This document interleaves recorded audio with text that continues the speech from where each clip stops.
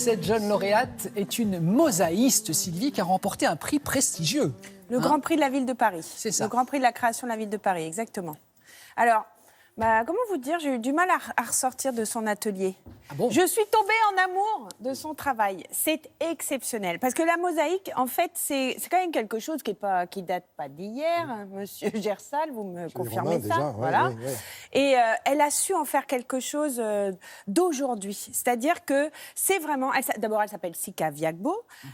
Effectivement, elle a remporté... Elle est lauréate du Grand Prix de la création de la Ville de Paris dans la partie catégorie confirmée, dans la catégorie confirmée. Ah, parce qu'il y a deux catégories. Ah oui, d'accord. Oui, il y a catégorie émergent et catégorie confirmée. Il faut savoir qu'avoir un prix comme celui-ci, qui existe depuis 1993 et qui distingue l'excellence dans la mode, le design, les métiers d'art, c'est énorme. C'est énorme en reconnaissance. Et c'est énorme aussi d'être repéré par une ville comme Paris, capitale de la création quand même. Bien sûr. Ça veut dire qu'on fait quelque chose pour la création et que sa création, elle va dater. Enfin, elle va rentrer, pas dater, elle va rentrer dans l'histoire. Enfin, je pense. Très bien. Et vraiment, Sika Viagbo, pour moi, c'est ça. Elle a ce profil-là.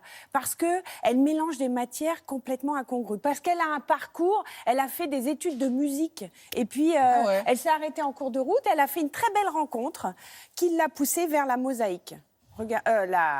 Oui, la mosaïque. Non, je confonds toujours céramique, mosaïque. Pardon, c'est mes problèmes de vous avez vocabulaire. Bien dit, vous avez Regardez. dit mosaïque.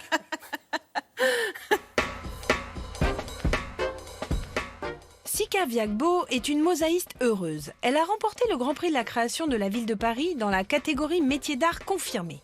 Ce prix récompense un parcours d'excellence sur tout le territoire français.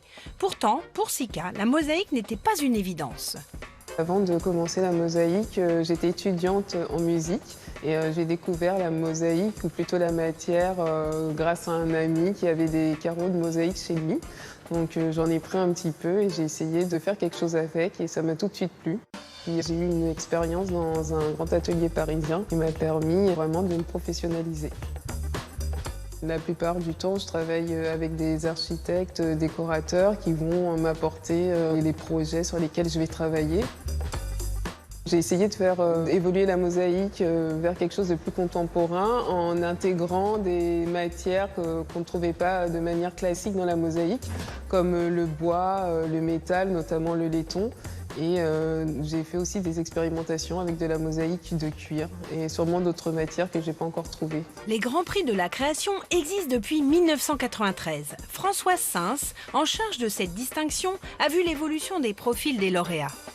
On était encore en 93 dans un schéma du secret d'atelier, des choses extrêmement fermées, très peu de communication et très peu d'échanges. Or aujourd'hui, on sent bien que les professionnels des métiers d'art notamment sont beaucoup plus ouverts, ils sont beaucoup plus impliqués d'un point de vue associatif, ils partagent des ateliers en commun et une sensibilité également très forte à toutes les questions environnementales et dans lesquelles très souvent les artisans d'art sont des acteurs de très longue date. Ce sont les champions du circuit court, de la protection des matières, etc., etc.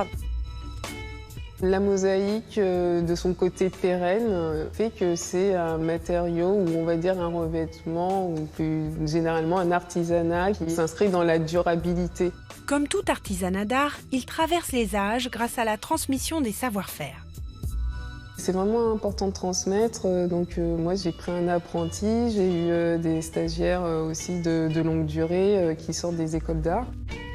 C'est important justement de montrer que ce métier peut évoluer, qu'on peut se l'approprier et en faire quelque chose de complètement nouveau.